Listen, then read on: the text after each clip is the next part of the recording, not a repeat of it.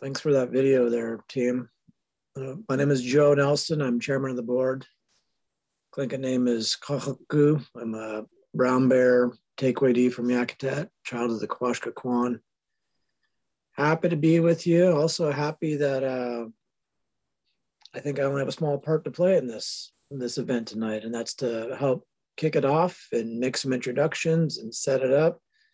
And this is, I think, part 3 in a series of conversations that we've been having around blood quantum. And it's,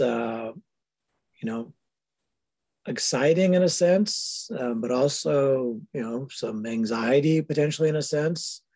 So that's why we want to continue to have these conversations and create safe spaces to really discuss the issues and be informed from every different level that we can, and draw people into a safe place to continue having conversations on their own with their own family members and their own communities.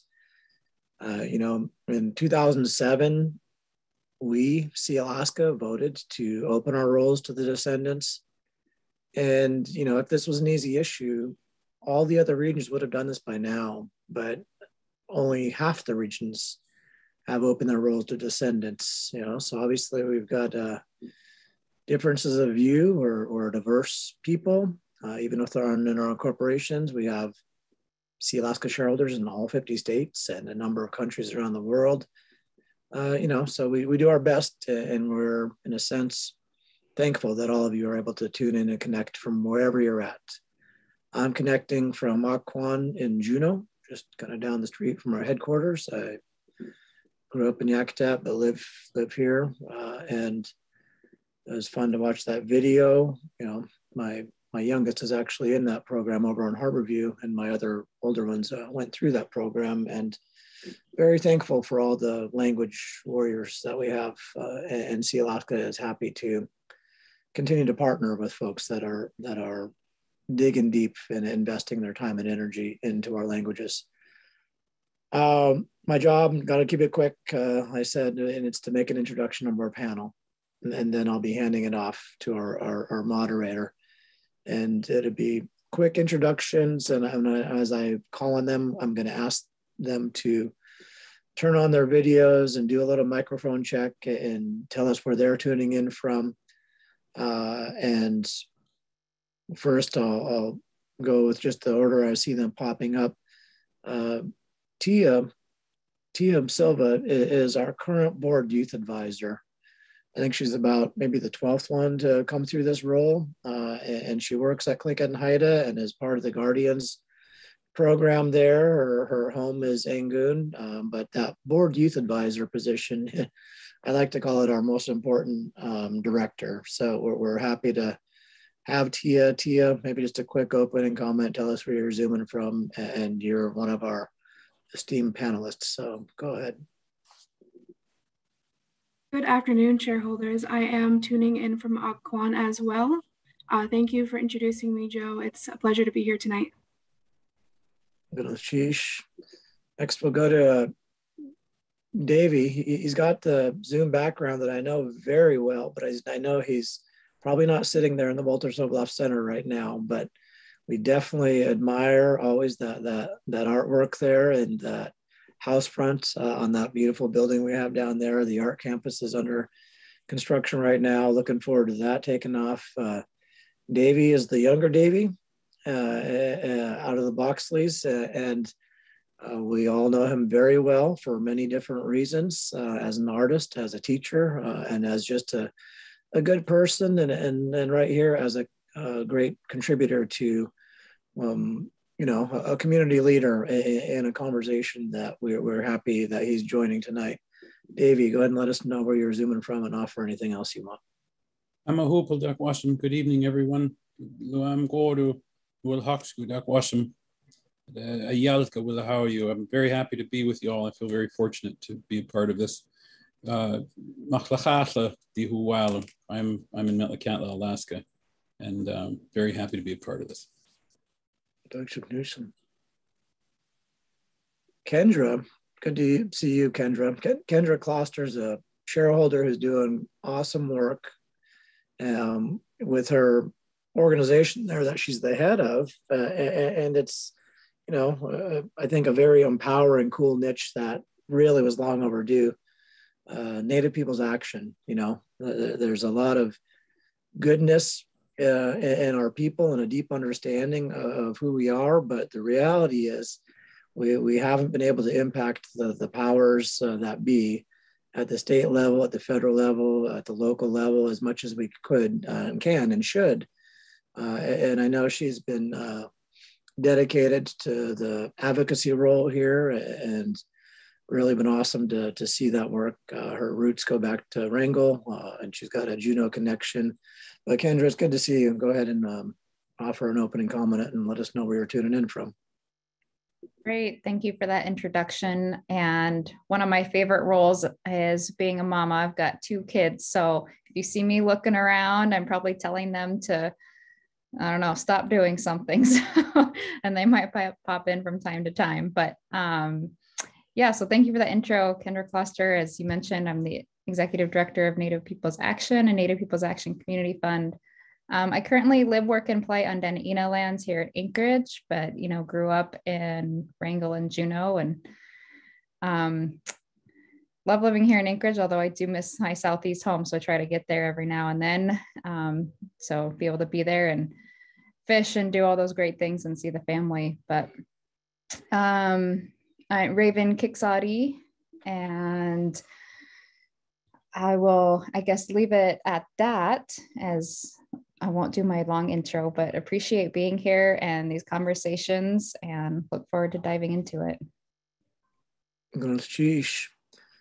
A little later at the tail end of this, we're budgeting roughly until 7:30, hour and a half, but these things might run over a little, and that's fine. We at the tail end of it, we'll have some time to respond to questions. We encourage folks to drop their questions in whatever channel's working there. They're being worked, I think, the chats. And David Russell Jensen will come in a little later at the end to introduce himself and help manage and facilitate the Q&A.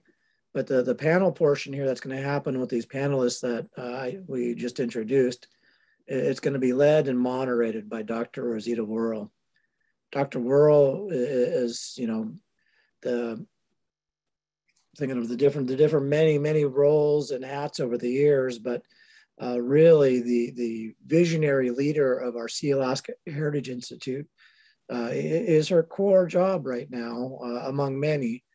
But that one, I think, because the art campus is just so exciting to watch that happen and grow this next phase. And looking forward to that opening, and then looking forward to the next, celebration to happen in person, this summer that we're all getting ready for. So we can't wait. But Dr. Wuerl was a key leader on the Sealaska board who really led the charge during the Descendants enrollment effort. I was there working with her along the way, but really following her lead and just helping out.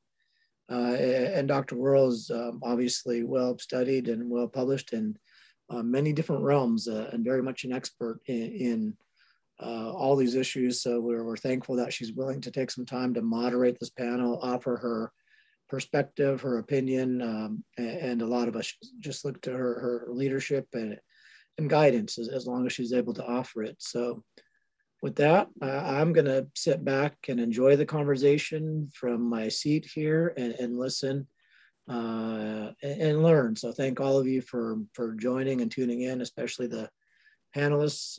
And Dr. Wuerl, feel free to elaborate on anything you want to as far as your intro, Kahani. It's your time is our time right now. So thank you for making the time, and we're happy that you're leading this panel for us. Sheesh.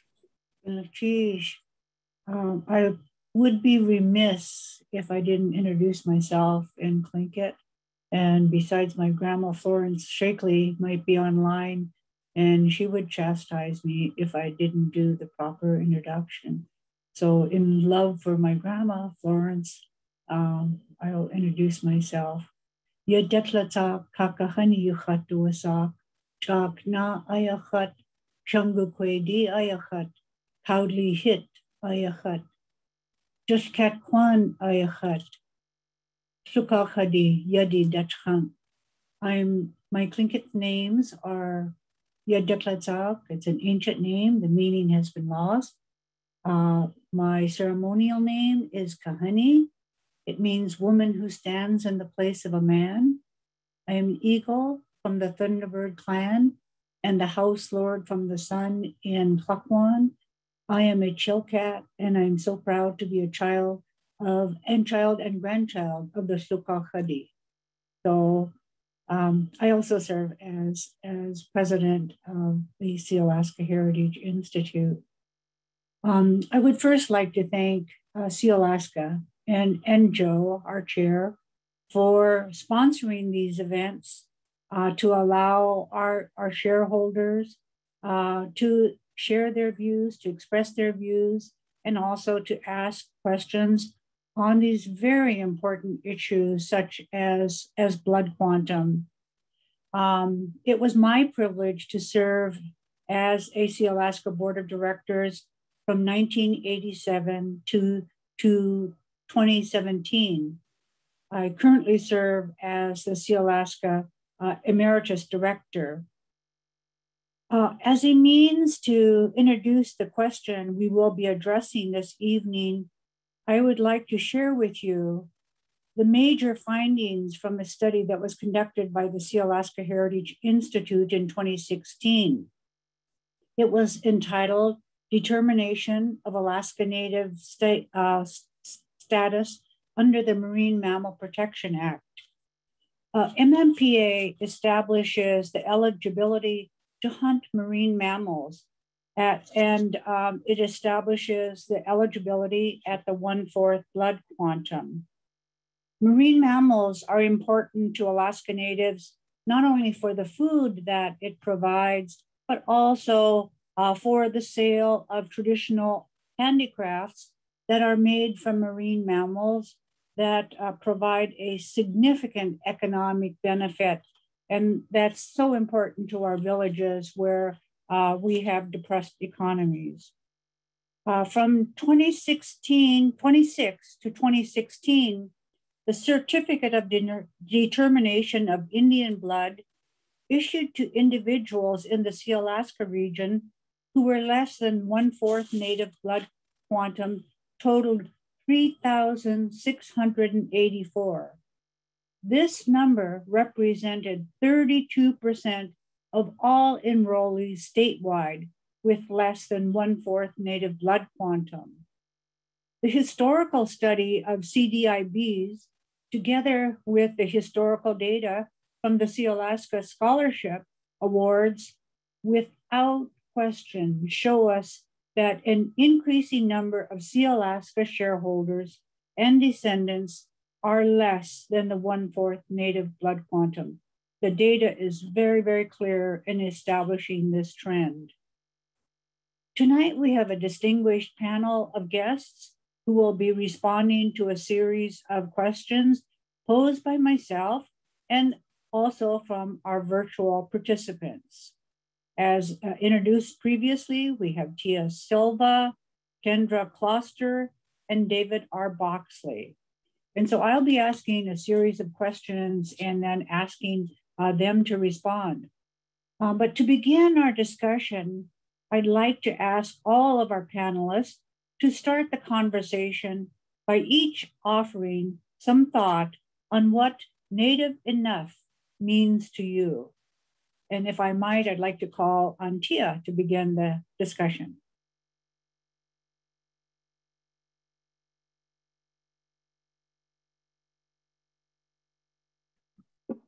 Thank you, Rosita. I took a lot of thought on this discussion because it's such a big topic to really go over. For me, I was born Tlingit and I was raised in Angoon. I practice our way of life and I'm very active in the culture. For me, I carry my culture with the most respect and proudly. Being Native and being enough to me It's just knowing where you come from and knowing your family and your roots and being involved as much as you can, to me personally. And I thank you for starting off the conversation. Thank you so much. Thank you, Tia. I might note that we probably have a familial kinship connection through John Silva from Petersburg.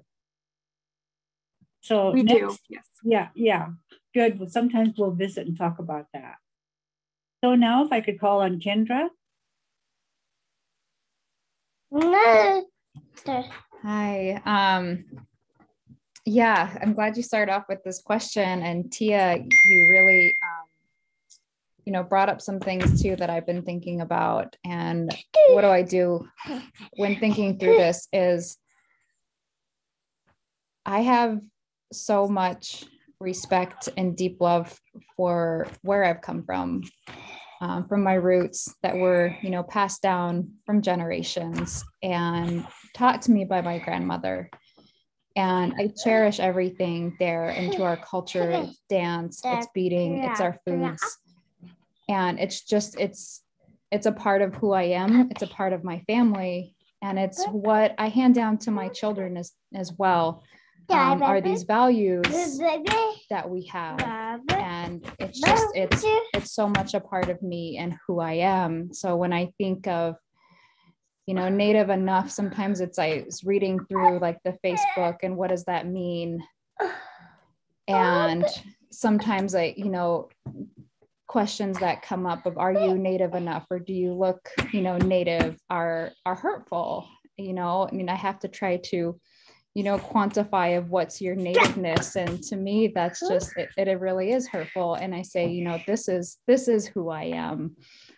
I am a Tlingit Indigenous woman, and I don't question that. And I know who I am, and I know where I come from, and my children are going to learn this too. And they do. And I've seen the respect that they have when we all go out fishing together.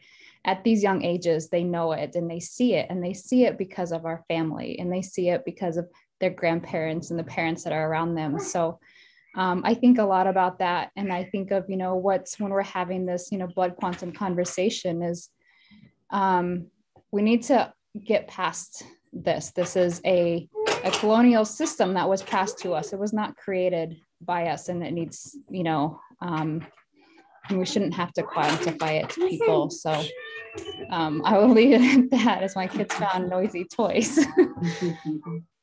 Yeah, thank you, Kendra. I have to say that I worked with a lot of the Sealaska interns, and in this past year, more so than in the past, the whole issue of Indian identity, came up. And at some point in time, I hope that I can share a lecture with all of you on what comprises Indian identity. It comes from, biological, cultural, and legal. And it's very clear that you're very strong in your cultural identity. And that's what's, I think, the most important. So now let's have Davey. Let's have Davey comment on this. Well, I feel like I've been waiting for the last 40 years to have this discussion in public. This whole topic has been an inescapable part of my life. Sometimes I can't help but wonder if I overcompensated just because of the things I went through as a young man, being marginalized by my peers for not being dark enough, or questioned by my own people, not necessarily in Metlakatla, but just by other Native people because of the color of my skin. I was really lucky to be raised by my father, and he instilled in me from a very young age a pride that has carried me a long way. I've been able to walk into any room wherever I've traveled in the world, knowing who I am and where I belong in this world, and this island that I live on is home. I know my land, and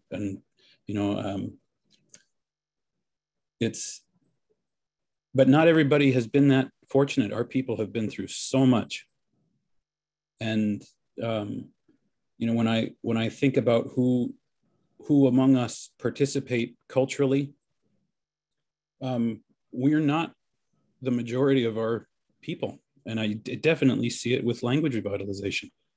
You know, those of us that work toward saving our languages are the extreme minority of our people. And, but that doesn't make the people who aren't, or the people who weren't lucky enough to be raised knowing their culture, doesn't make them any less Native, because it isn't their fault. Our people have been through so very much. And one of the things we've been through is the trauma that comes along with identifying ourselves by how much Indian we are. It's an added trauma on top of all the other traumas that have been put on our people. And it's one that now there is the opportunity to eliminate. We have the power to do that. Here in Metlakatla Indian community goes by lineal descent. And I'm sure we'll get into this more, but Native enough should be that your parents or grandparents are Native, and you have every right to your land, culture, and everything that goes with it. Thank you. Thank you all for those very provocative statements. Gives us a lot to think about. We could see all kinds of issues, you know, that are raised through the blood quantum issue and the kind of changes that are going on in our society. But through it all, we see this really strength, or this desire, you know, to maintain our culture, to maintain our identity. And as Davey points out, we did go through a lot. You know, there was wholesale suppression of our culture. And, you know, people from my generation, you know, were taken off to boarding schools, where our culture and language, you know, were beat out of us. But thank goodness that we come from strong, strong people, and that we're all fighting for our cultural survival and our identity, and then dealing with those things that affect those important things to us. So now let's switch our conversation to ANCSA corporations. The Alaska Native Claims Settlement Act is a land settlement with Alaska Native people, including the Tlingit, Haida, and the Tsimshian people. ANCSA created 12 regional corporations and some 200 village for-profit corporations. But we realized that Sealaska and our village corporations are more than a for-profit corporation. So I have a question to ask of our panelists. ANCSA is a land settlement. Why should we, or why shouldn't we care if future generations have a connection to the land? Tia, let's call on you. When I get asked this question a lot, it always takes me back to this saying my grandma said: if I were to ever have children, my children wouldn't be able to practice because I barely meet that requirement. I would have to tell my children that they would have to watch our practices. They would have to watch me do the practices because they're not Native enough. So they can help, but they can't participate in things like this. And this is what I always think about. It might be a little off topic, but this is what always comes to me. And when we tell our children to just kind of watch and not be involved, it starts dying with us. And that's something that always comes to my mind, is we need to get our children involved. And we can't be telling them that sorry, you're not enough Native. You can't participate in our culture. So we're seeing a separation between parents and their children, yes, by this whole issue. So Kendra, you have further comments. I'll just add on to that a little bit in saying that, you know, our children are our future generations. They are the ones that are going to be doing a lot of this work for us. And it is not, you know, within our culture and who we are as leaving our children on the sidelines. We always know they're a part of everything. They're a part of everything that I do. And so I don't think there's ever going to be a time when someone's going to tell me that your children need to sit on the sidelines, because I'll say, no, that's not the way it is. And if you try to make me do that, then we need to look at what is that change that we need to make. And this is why, like these, you know, these conversations we're looking at, what are those changes that we need to make to ensure that our future and our children and our grandchildren are being taught and are being brought into these conversations, and they're not left out, because that's just, again, that's not within our ways. So yeah, I'll just leave it there and see if David want to add anything on there. Well, Kendra, I think what you've done is you've really emphasized one of our core cultural values, Hashuka. Hashuka ties the present generation with our ancestors and to our future generations. And those future generations do represent our future and the survival of our culture. So that core cultural value seems to be very strong. I could see, you know, with yourself and your family. So Davey, let's hear from you. When I think about, you know, we often hear that, you know, that we've been here more than 10,000 years, and scientific research now is saying probably more than 20. When I think about that, I don't think about federally recognized tribes, and I don't think about corporations. We have a responsibility to maintain connection to our land that goes back well before the intrusion of Europeans and government influence over our people. When we talk about who we are, and you know, whether it's you know, I was adopted in Yakutat, Kagwantan. When you talk about Yakutat Kwan, that name is referring to a place. The peoples, and it's the same way with Tsimshian names. Our tribal names tie us to the lands that we come from, and whether it's a federally recognized tribe or a corporation that is in control of the lands of our people, that control is in place of traditional ownership, and there absolutely has to be a connection and responsibility between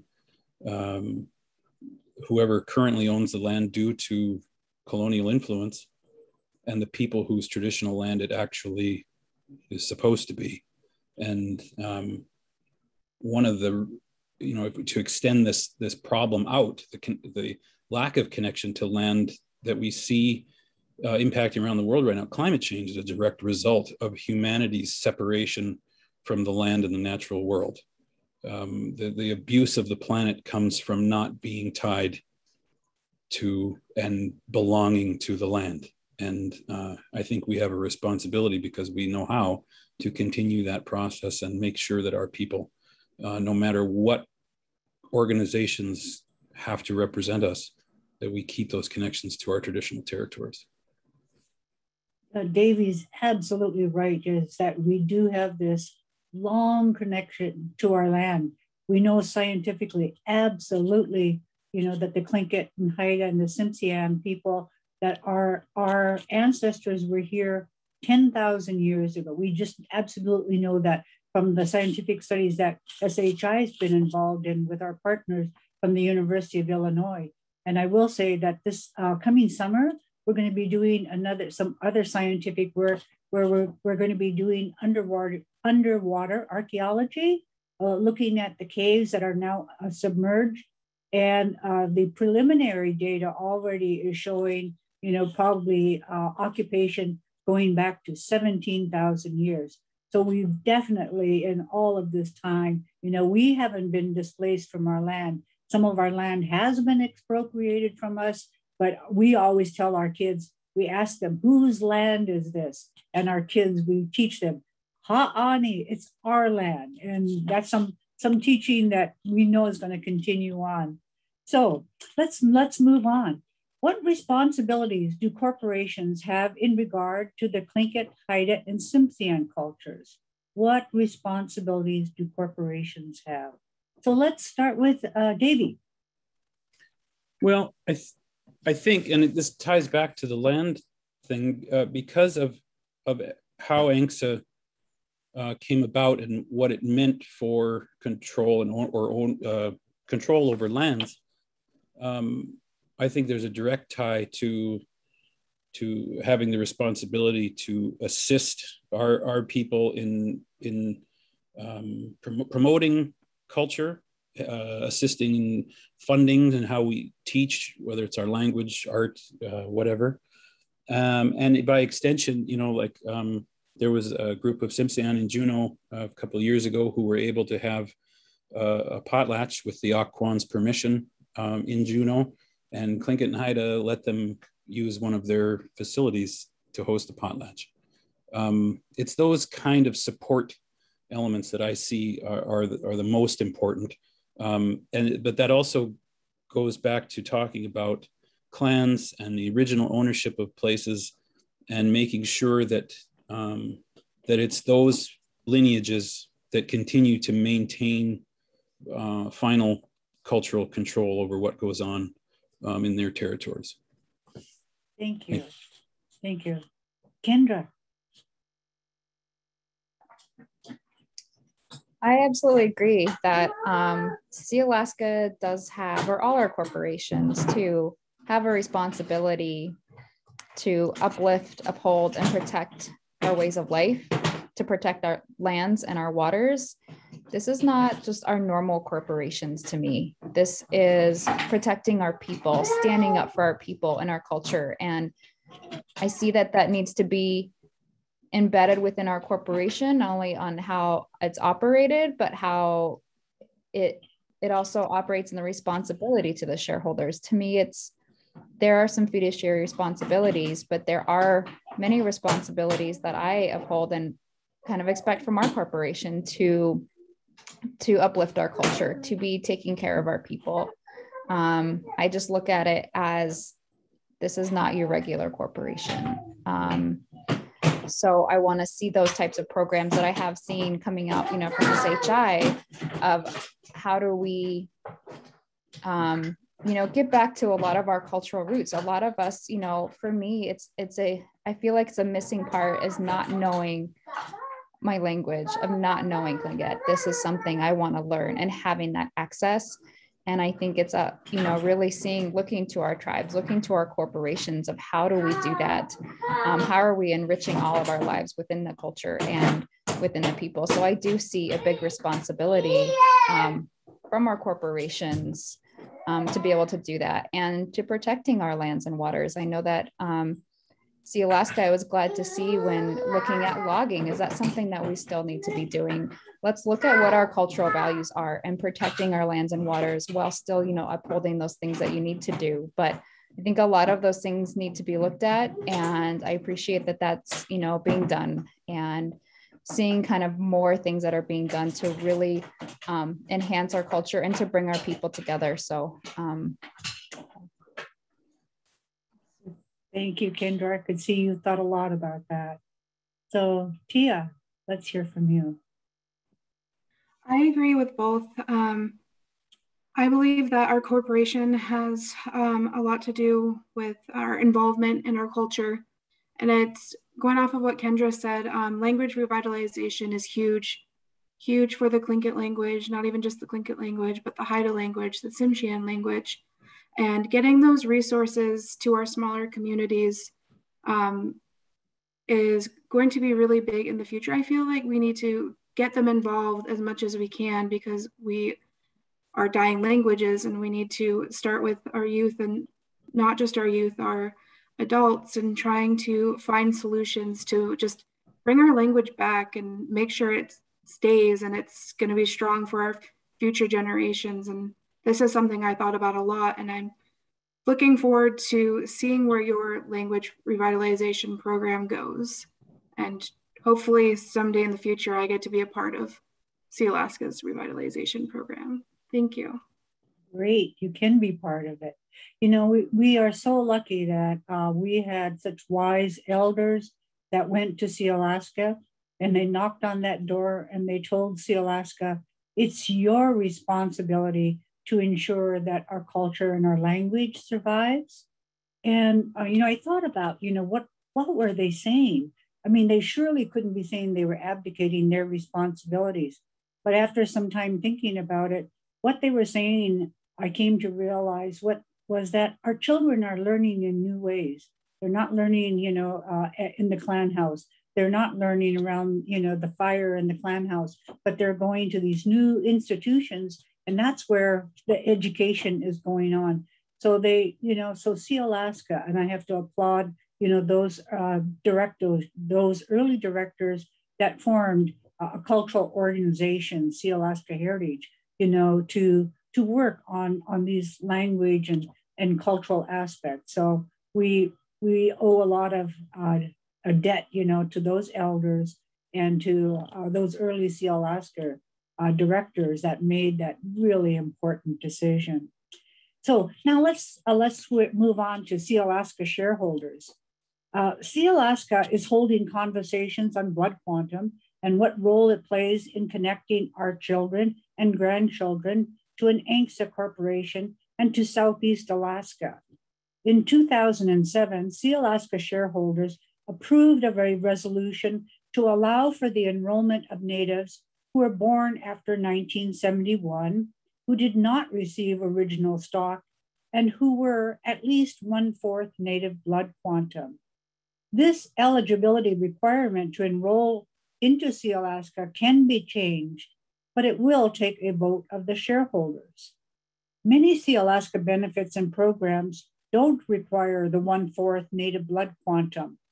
Sealaska changed its eligibility rules for scholarships, internships, and to serve as a board youth advisor from the 1/4 native blood quantum to lineal descendants.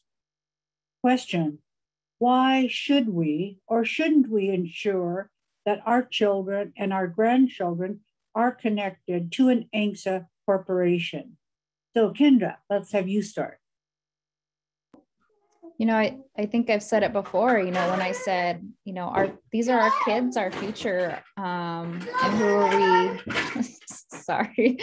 It's whenever I talk, they decide to get really loud. But this is our future. And by cutting them off, I think we're doing a disservice to not only them, but to our corporations. They have a lot to bring to the table. And I want to ensure that, sorry, our future generations are hard at work here. I say I always involve them in a lot of things I do. But by looking at, lineal descent, I think that that's important. Again, it's looking in that to say, who's native enough to be doing this. And that is this colonial system that we were put in and really trying to eradicate our people. And I think that what we need to do is, figure out ways like this, looking at our lineal descent to say, this is, there are better ways that we can be able to do this to ensure our future generations are not pushed out, because who's going to be leading us into the future? You're really diluting that opportunity and opportunities for our kids. And those connections to our tribes and to our corporations, I do think are important. And we've heard that from people as well, where they seek those connections. And it's just an issue that I've thought a lot about, especially as my children are growing up. So appreciate that. And I'll pass it over to one of you. Okay. Tia, you want to pick up on it? Yes, going back on what Kendra was talking about, I believe it should be based on descent. Throughout my undergrad, Sealaska offered a lot of opportunity for my growth, and I honestly couldn't have done it without the Sealaska scholarship program. Their help was tremendous throughout my four years of college, and I feel like every descendant should have that opportunity to further their education, or if they want to learn the culture or learn the language, they shouldn't be pushed out. I feel like we're harming our future generations for those to come. And we need to be there with open arms to kind of pull them in and welcome them and not shove them out like in the past. And that's something that really weighs heavily on me. Thank you. Thank you. Davey. It's part of this answer goes back again to the land question and who the land belongs to. If these are the children of the people who own that land, then they should absolutely be able to be shareholders of this corporation. I'm often criticized for pointing out, maybe the like hard truths that aren't necessarily easy to achieve. But the bottom line here, and what I believe anyway to be right, is that if you are a descendant of the first people of this land, that this is your land. And if Sealaska is the current caretaker of said land, then everyone who is a descendant of the people of this place should have a part in the decisions in the future and control of that land. I mean, like I said, I realize that's more complicated than me just saying it, but I do believe that's what is right. Whether or not that necessarily ties to what's our culture is not tied to a corporation. Our culture isn't tied to a federally recognized tribe. I'm evidence of that. I'm not currently a shareholder, although my father is, and someday I will receive them through, what's that called? See, that's how unfamiliar I am with all the terminology. Eventually, yeah, they'll be gifted down to me. But it is, it's so crucial that we end a really purposefully divisive system that if you think about this to the end, I've seen comments about, no, leave it the way it is, 1/4. I've often told people, it's not my fault that one of my parents is Amshiwa, Yatsade, Tleitka. It's not my fault. And if we continue this process, eventually there are second-class Native citizens or third class, depending on how we treat them. And we disappear the way that the Amshiwa intended us to. That's the end outcome of blood quantum. And so long story short, if you are from the people whose lands are now under control of Sealaska, you deserve to be a part of the corporation. Can I just add in and go echo ahead, that? Go ahead. I just wanted to add in and echo that. I really appreciate those comments, and what was really hitting too is, our corporations, it's not defining who we are. We should be, defining our corporations, and are leaving out our future generations, as I mentioned before, I think is detrimental, because we are passing down this knowledge. It's been passed down from, my great-grandmother to my grandmother, to my mom, to myself, to my children.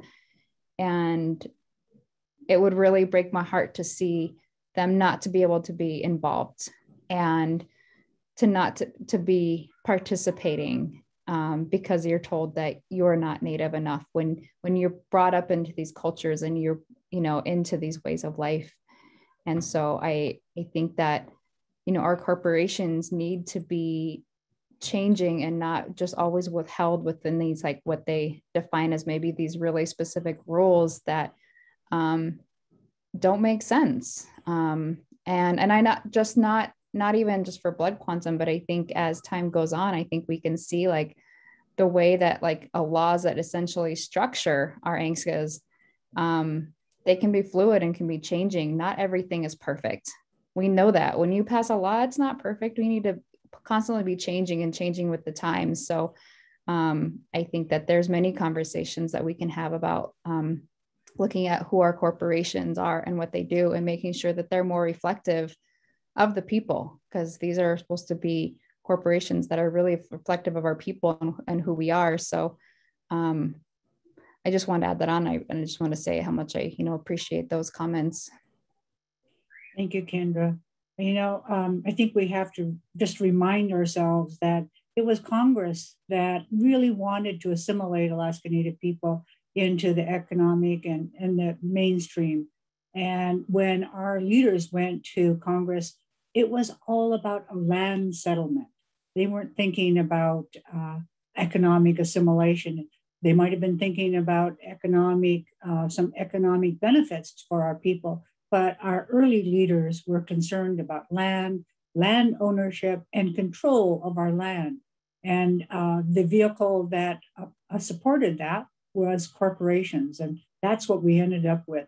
But I will tell you that knowing from the historical research that I've done, that was the early leaders wanted ownership and control of our land. And they weren't thinking about these other things. But I think our leaders have, through the years, demonstrated, that they amended ANCSA to try to consider these other considerations, the cultural considerations. We've probably already answered this question, but I'm going to go ahead and throw it out. Do we need to, or should we care about how much Native blood we have? How did our ancestors determine who belonged? So I see everybody jumping up ready to answer. So I'll start off with Tia. Thank you. Personally, to me, I think you just need to be a descendant.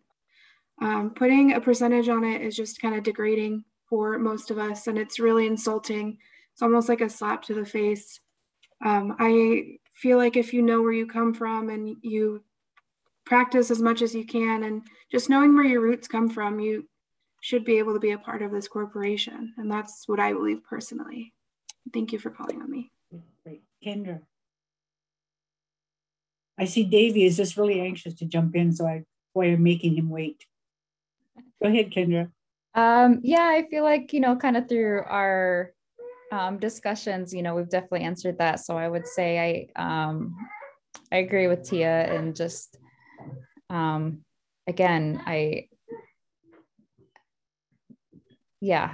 I'll just say that I'll agree there. I feel like I kind of answered that question already, and I know Davey's really chomping at the bit to answer there. Go ahead, Davey, it's all yours.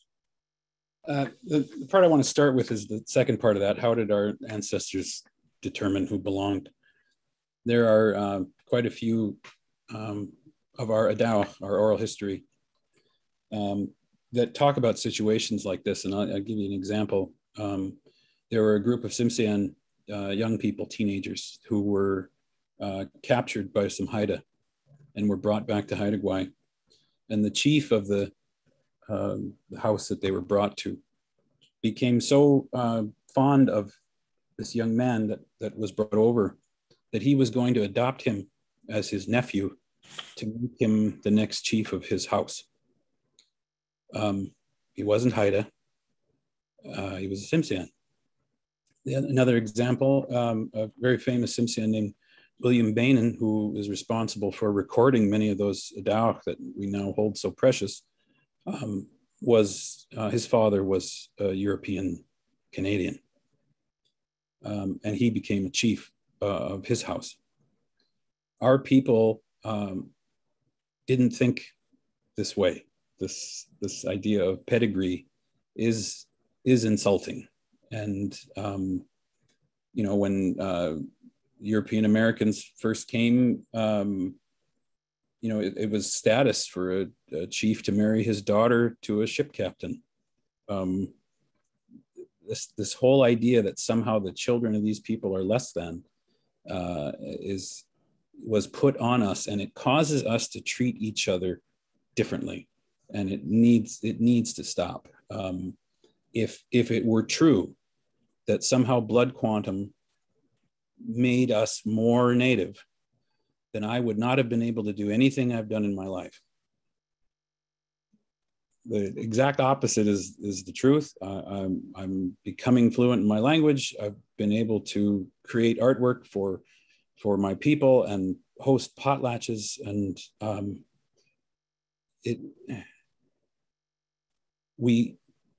many of our people have been convinced, just like our grandparents were convinced we can't teach our grandchildren our language.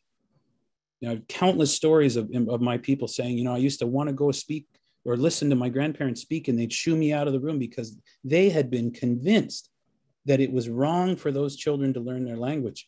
And our people, some of our people, are convinced that somehow a measure of blood makes you more or less a native person. The only measure that our ancestors thought was the blood itself, the actual blood that you received from your mother and her womb, which is why we're a matrilineal society. Your identity comes from that. And if we're really talking culture, if we were being super serious about what potlatch means, that's why adoption is so critically important and should be cautiously given out, because potlatch gives that identity to that person being adopted. And that was as serious to the old people as a child was. So we can't keep following this false truth that blood quantum, it's not even a thing. They made it up. It's ridiculous. Thank you.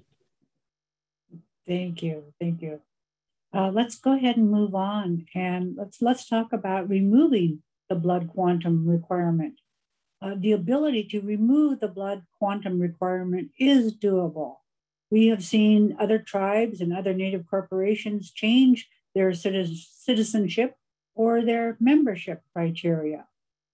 Should we redefine what Native enough is under ANCSA? Tia. Rosita, I'm so sorry. My internet connection broke out. Do you mind? Okay, let me ask you. I missed half of the question. I don't know if it's because of the wind and the rain storm tonight, but you froze. I'm so sorry. Okay, I could easily ask you again. Should we redefine what Native enough is under ANCSA? Should we redefine it?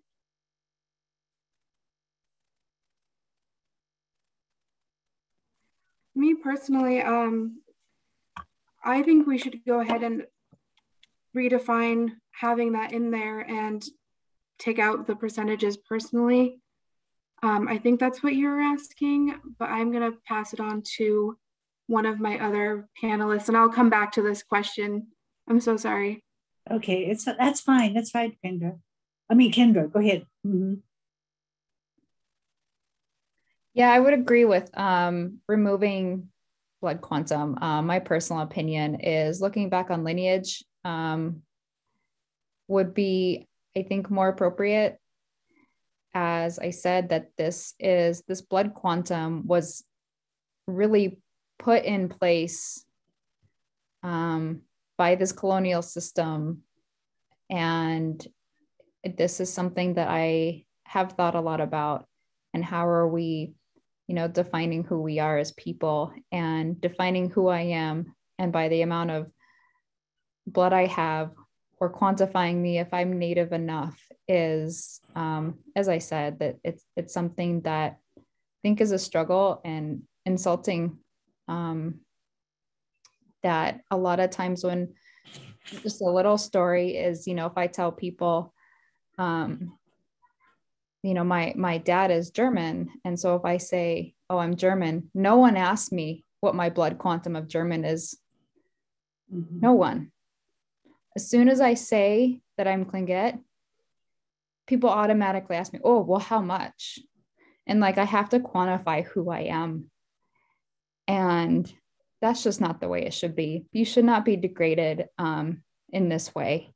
I don't need to define to you who I am and explain, and just to be able to explain that. And I'm often taken aback by that question. Still, I might get it multiple times, but it still always takes me back. And to think that they're questioning who I am. And it's my culture and my people, my family is just so incredibly important to me. And it feels like that they're questioning about who my family is too, and wanting to say like, anyway, sorry, it just really hits me to the core when I get asked that question. And it's really frustrating. And we really need to change how this kind of, as I say, I quote it, kind of this native enough what it means. And I think it's hurtful. It's hurtful to all the people, to our own people, when we have to keep quantifying this. I am a Tlingit woman. And when I say that, there shouldn't be any question. That's who I am. Yahweh. Go ahead, Davey. Yeah, should absolutely redefine it. Just like no one is stopping us anymore from saving our languages, speaking our languages, practicing our culture and potlatching, we have the control to do this the way we see fit. And I would like to believe that were this to come to a vote of your shareholders, that it would pass, because I think about a lot of my friends who are also as involved in language revitalization or cultural revitalization as I am.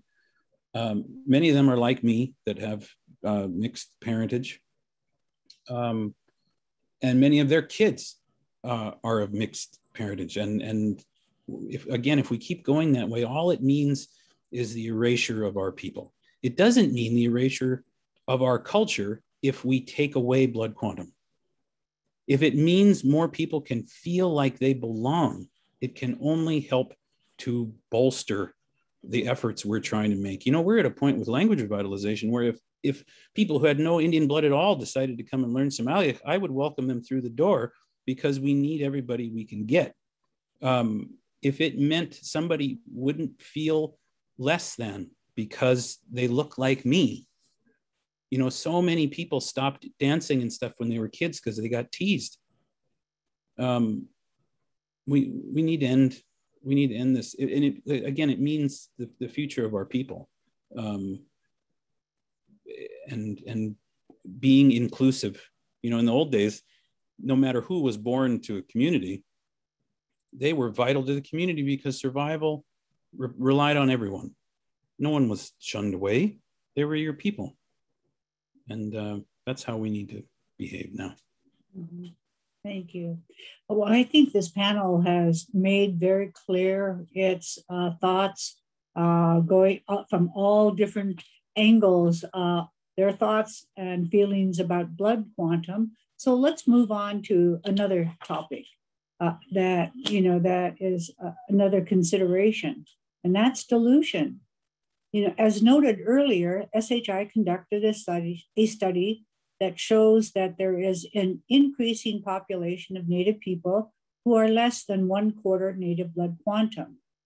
A number of tribes and Native organizations are also working to change the federal laws and regulations, such as the Marine Mammal Protection Act, that requires the 1/4 Native blood quantum.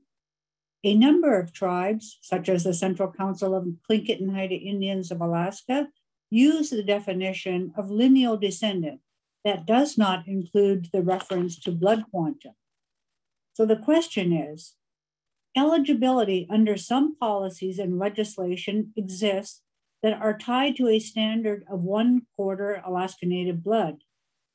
Could this ultimately lead to our cultural extinction? I think we've kind of already answered that. Was kind of tied into dilution. But. I'm just gonna jump in. No, our efforts are what are either going to continue our culture or end it. Being more inclusive can only help us. And cultural extinction for our languages, which is still possible, is a result of colonization and historical trauma. and all of the impacts of the modern world on our people. And I take this opportunity with everyone listening that there are not enough of us involved. If we kept everything the way it is right now, I think it could only help make it harder for us to do what we have to do than if we were to be inclusive. Thank you. Go ahead, Kendra.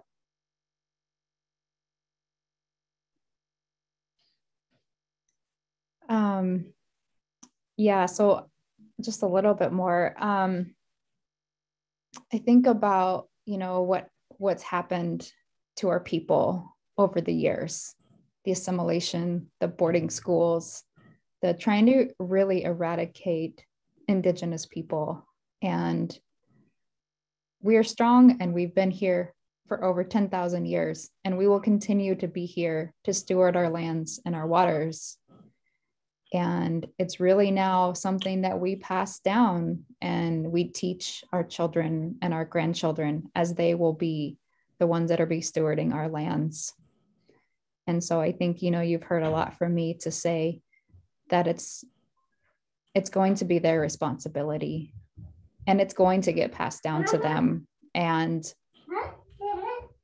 I will do everything in my power to ensure that my children learn our ways of life and that they respect our lands and will be there to speak up against these policies that other people had put on us to try to eradicate Indigenous people.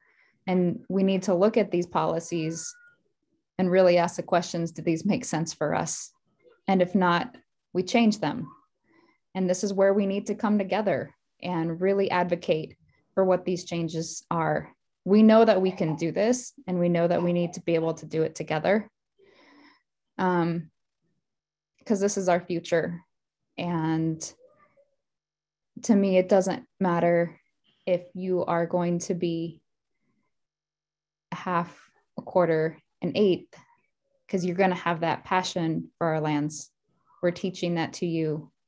You're knowing who you are. And so they're going to be standing up for them, you know, for all of our rights. So why would we leave them out? And that's something to me. Why would you leave out our future generations that are going to be there standing up for us and taking care of us, right, when we're elders? So I think that we do need to look at this system and offer what changes and come together and just really push to ensure that we are building up the systems that are best for us and not what people have put onto us. So I think you've heard me say it a lot, that I think lineage is more of the way to be going than our blood quantum, because we don't want to be leaving our future generations out. Kendra, I think once those little munchkins grow up, you need to be running for political office. We need that kind of passion, you know, in the legislature and in Congress. So go ahead, Tia. Did you have any further comments?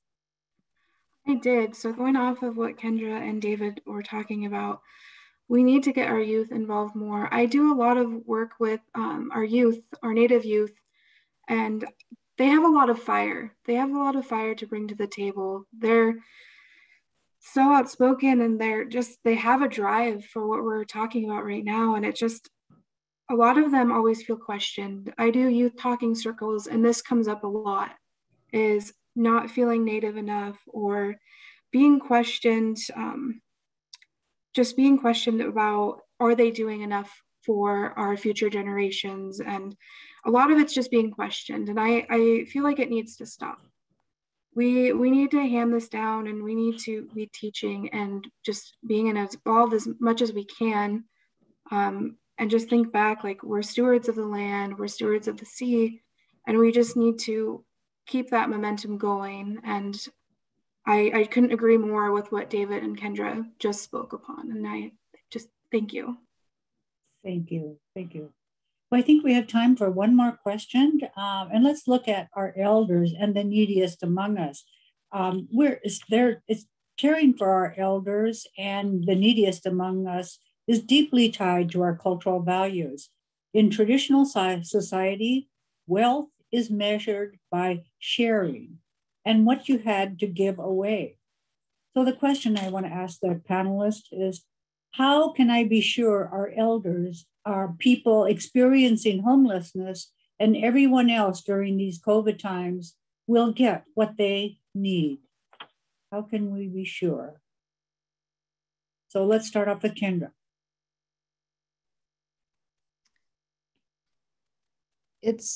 We've always put our elders first, and it's something that, I see that, our corporations and our tribes, I see supporting, ensuring that they're taken care of during COVID times, but during all the time, checking in with your neighbors as well.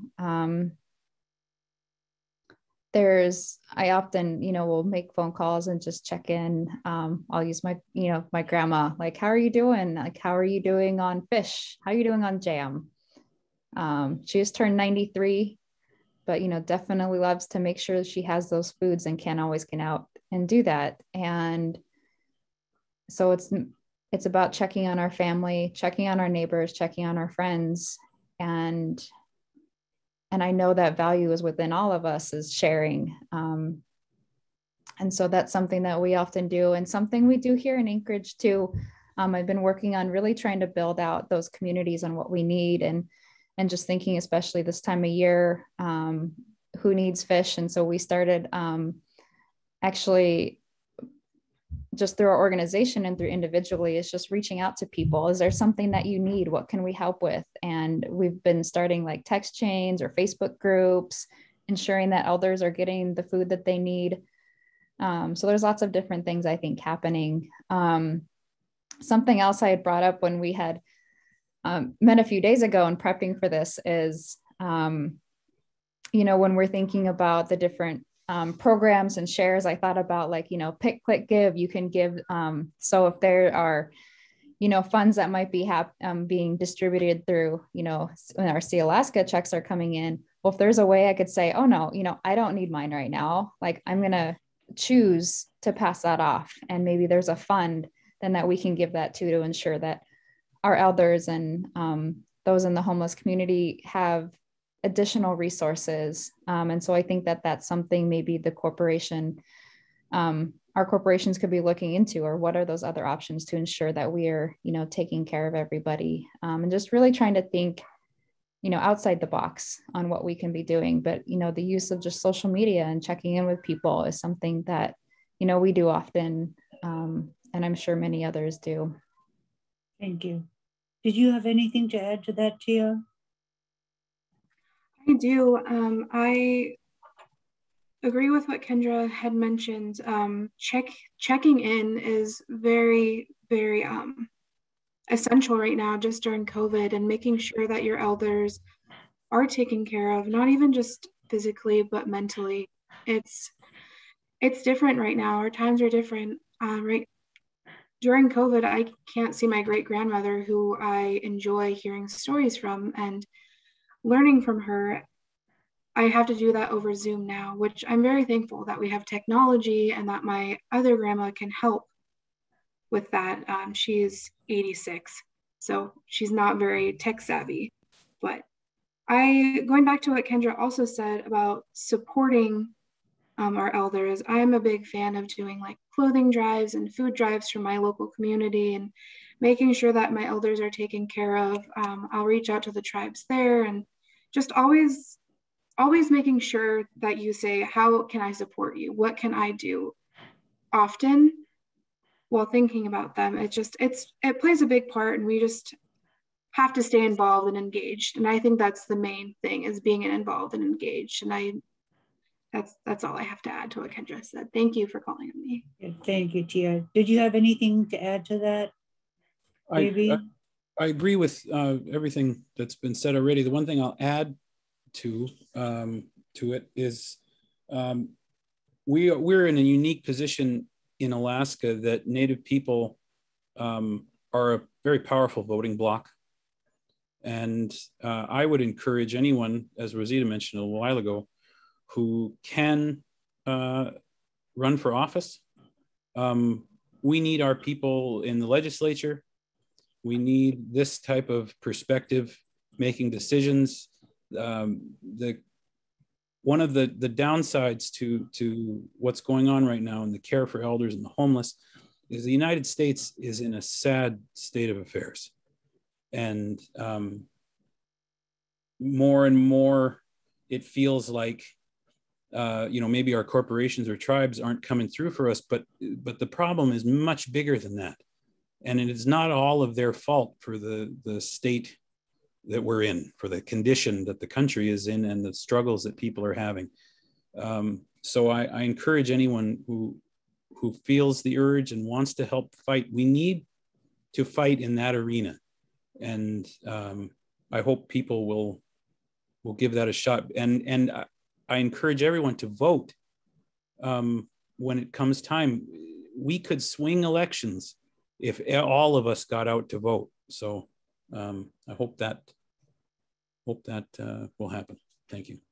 Well, I want to thank the panelists for their respectful responses to the questions that I've posed. And now what we'd like to do is open it up to questions from our panelists. From our virtual participant. So I'd like to turn this over right now to David Russell Jensen. David currently serves as the SHI Development Officer. He is a member of the Sealaska Shareholder Participation Committee, and he formerly served as the Sealaska Board Youth Adviser. So David, let me turn it over to you. And thank you, panelists. Thank you, Rosita. Thank you, panelists, for your wisdom and your words this evening. It's been a very impactful discussion, and I think this is really valuable. I was monitoring some questions in the chat, and I also have questions coming in from Facebook. We have one question here, if you don't mind me reading from this other screen, excuse me. Culture and native language is important, as shown in the video, and that is Sealaska Heritage Institute. Does Sealaska Corporation have cultural and native language programs? I can jump on that. Go ahead, David.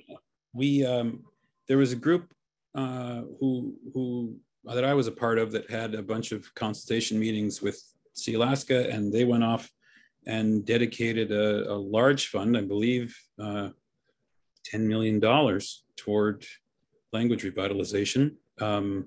They release a certain amount of that trust every year that organizations can apply for. I currently am working with Tlingit and Haida through their program that is drawing down some of those funds, and the whole purpose of that program is to get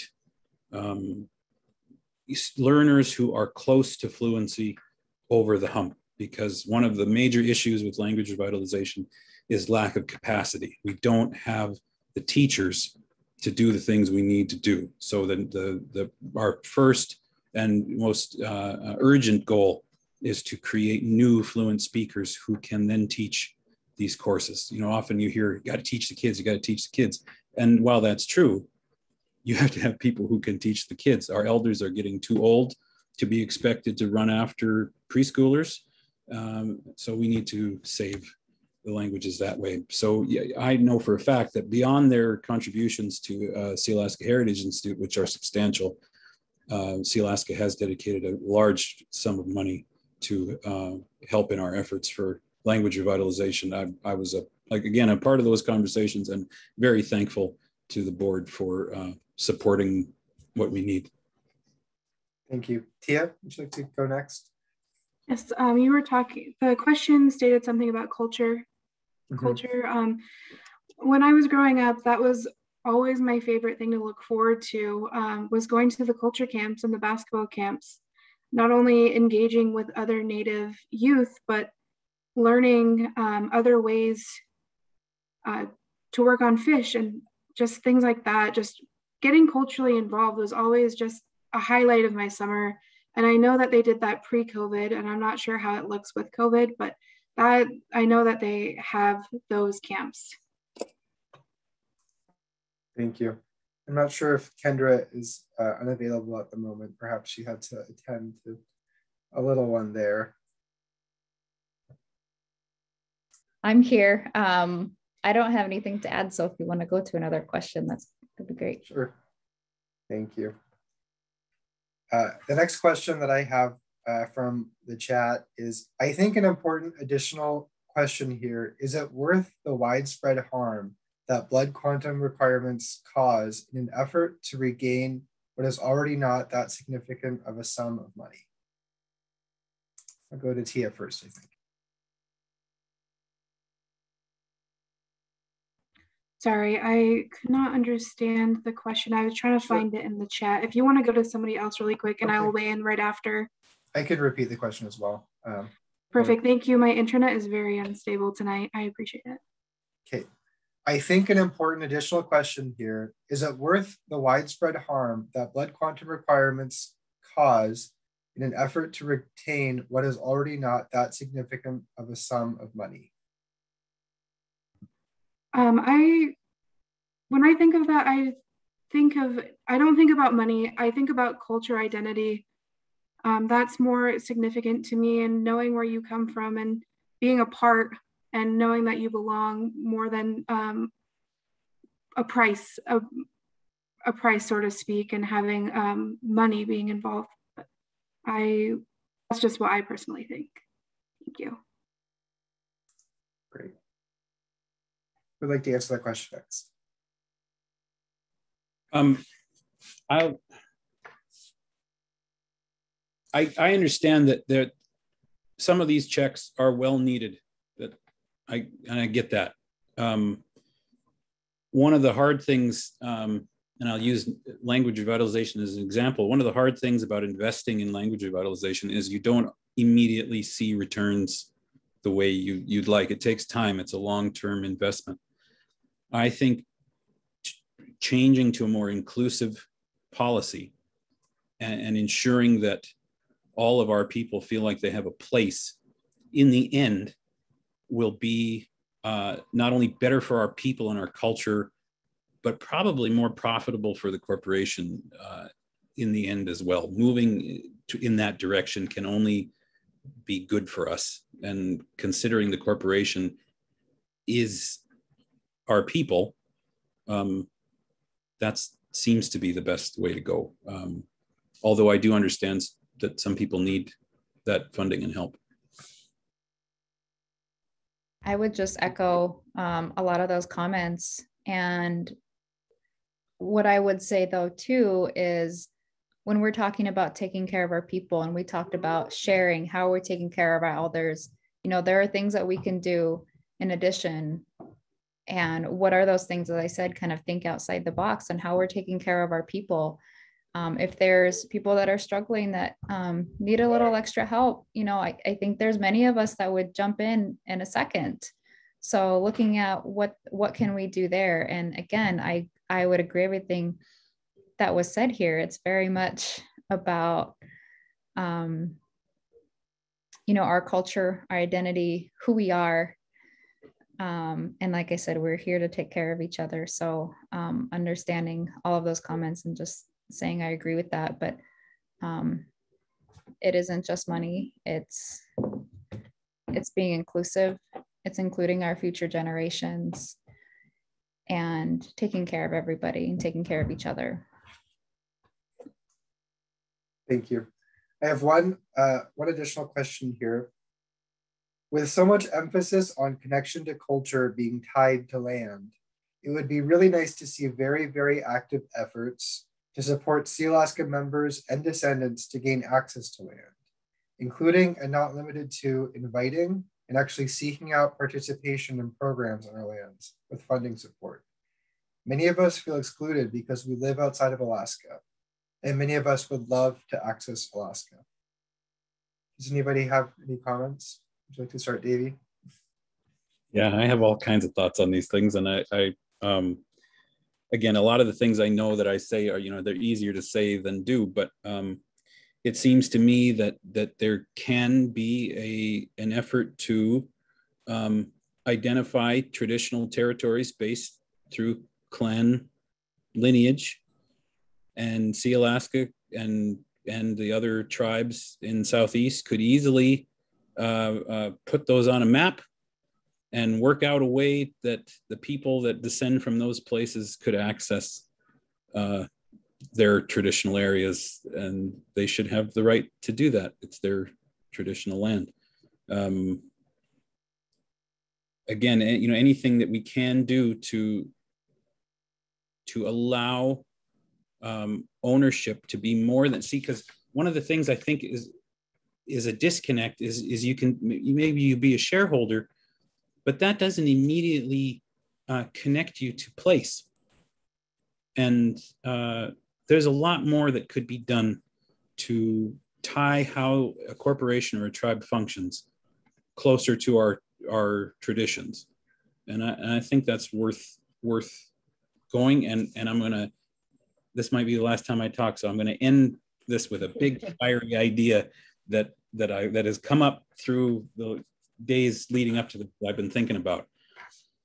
And I'm sure this is going to cause a huge conversation. Why is it that our, like, Tlingit Haida and Sealaska are separate entities? They're the same people. Well, I guess I can answer that one. I mean, first of all, I mean, Tlingit and Haida is a tribe, it's a federally recognized tribe. It is a sovereign entity, and we respect and honor that our tribes are these sovereign entities. Native corporations are not sovereign entities, and there are different kind of institutions. They're not a regular corporation, as we've heard. They have a lot of social, cultural responsibilities. Even Congress said in its findings that Native corporations shall be responsible for social and economic welfare of its shareholders. So there are two different kinds of institutional entities, and we don't want to mix, you know, we don't want to do anything that would undermine that tribal sovereignty. So we support it. I mean, I've worked, you know, many decades, you know, to have our tribes recognized. So I wouldn't want to jeopardize that. But that's not to say that we can't work together. And I think that we have, you know, we are moving towards, I hear our chair always talking about, you know, being close relatives, and he has these sayings about working together. And I think you're seeing that, you know, more today than in the past. And that was the point I was getting to, is that there, at the end, I hope the only, I'll use Robert Davidson's terminology, that there'll only be a thin veil between them, and it should be a partnership. And I feel that way beyond, you know, even including Metlakatla and our neighbors on the other side of the Canadian border, who are our people. There's got to be a way for us to spread out how we connect with each other and work as one people rather than individual organizations. So thank you very much.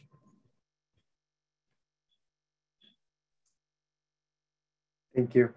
Would anybody else like to answer the question? I can try and paraphrase and reread the question if that'd be helpful. I just want to jump in and say that I agree with what David said about creating a map and knowing those are your homelands. And I believe that just those are your inherent rights, is to hunt on your homelands, and just going back on your lineal descent and just going forward with that. I feel like that just because you moved out of state, you shouldn't have those rights still. And I just wanted to reiterate what he was saying. Thank you.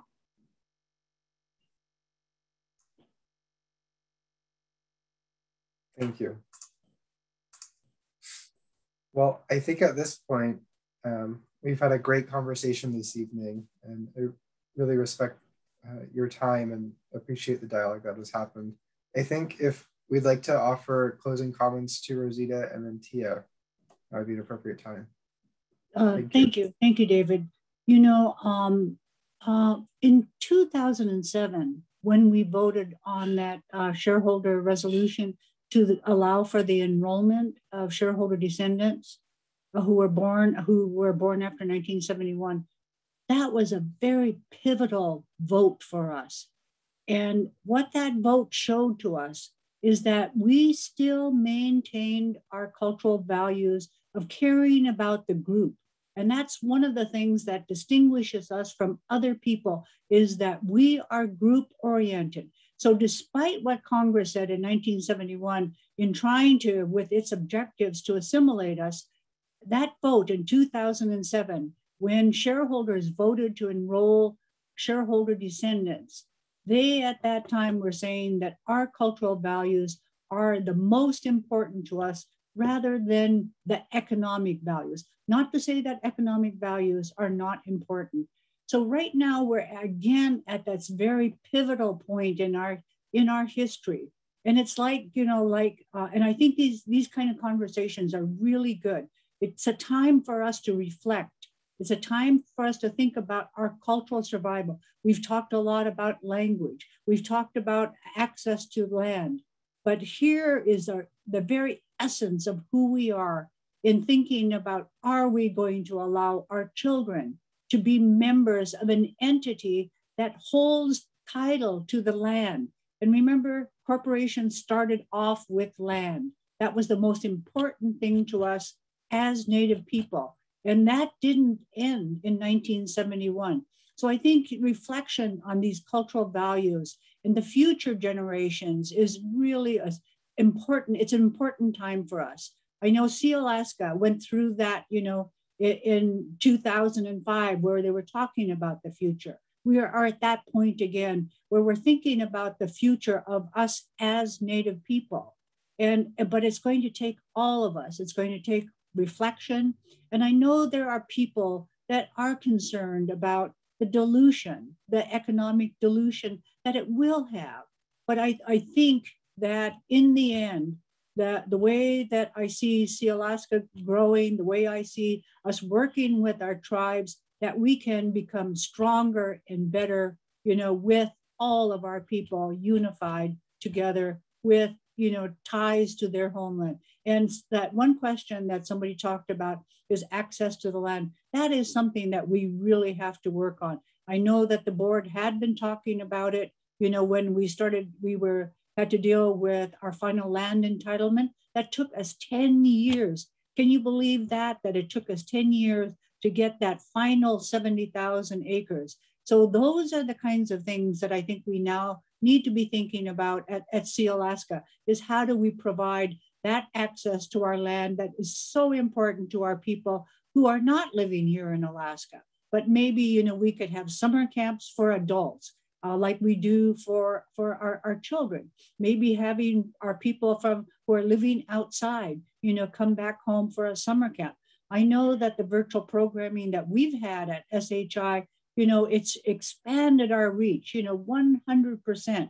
We now have people who are taking classes, learning about different parts of our art, different aspects of art. And I know that we have the capacity to try to figure out how can we have our people have access to the land. So I think we've had a great panelist. I know I could tell you that it's a very pro culture, anti blood quantum considerations, and that's got a bad history. Before that, the government used to measure competency by blood quantum. If you were 50% less Native, then the government said you were competent, and so they didn't have to have oversight of you and your land allotment. But if you were more than 50%, you weren't competent. And we know that is not, that's pure fallacy. So I think we are coming to a great point in our time where we need to think about these questions, ponder them, reflect what is our future going to be bringing. And I'm optimistic. I learned from William Paul, have faith in the young, have faith in the future. And I see, with the young people that we have, is that I think we're on a good path. So I want to thank you all for being here, and I thank the panelists. Thank you for having me, and it really meant a lot to be a part of this conversation. Like I said, I think I've been waiting all my life to be able to talk about this, and Tia and Kendra, I feel like I've made friends tonight. It's very nice to get to talk with you both. And Rosita, thank you for guiding us through this evening. Thank you. I just too want to express my thanks for being asked to be on this panel. I know there's lots of people having these conversations, and it's nice to be bringing in lots of different voices. And so I really appreciate just the conversations that we have. And I know some of these are tough conversations, but they need to be had. And I think there's lots, and I hope to see more conversations, not just around this topic, but many others. I won't even get into all the different policies. A little bit of a policy nerd, but really thinking about those, what our corporations can do, and think that you have such a strong voice standing up for our people, and how can you use that voice?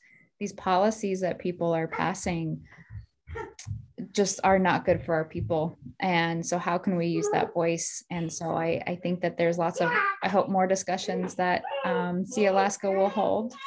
And again, just to Gunashish Hawa, appreciate being able to be here, and hopefully no one minded seeing the kids run around. And this is kind of the life that we live in right now of, like I say, I involve them in a lot of different things. And I think these are good, important discussions as they hear about them. And then they ask. And so we have these conversations, a lot of times afterwards. So I again, appreciate it. And it was great to be on this panel with all of you. I just want to say Gunashish to Sealaska and our panelists for joining us tonight, and our shareholders who are all online to listen to this discussion. It's not very easy to have these discussions like Kendra mentioned, but we have to have them. We have to bring them to the table. If we don't, then who will? That's always a question that I ask myself. If we don't make the change now, who is going to make that change for us? Who is going to speak for a future generation? I just want to say my sincerest Gunashish to Sealaska and Communications for having me tonight, and I hope you all have a great evening.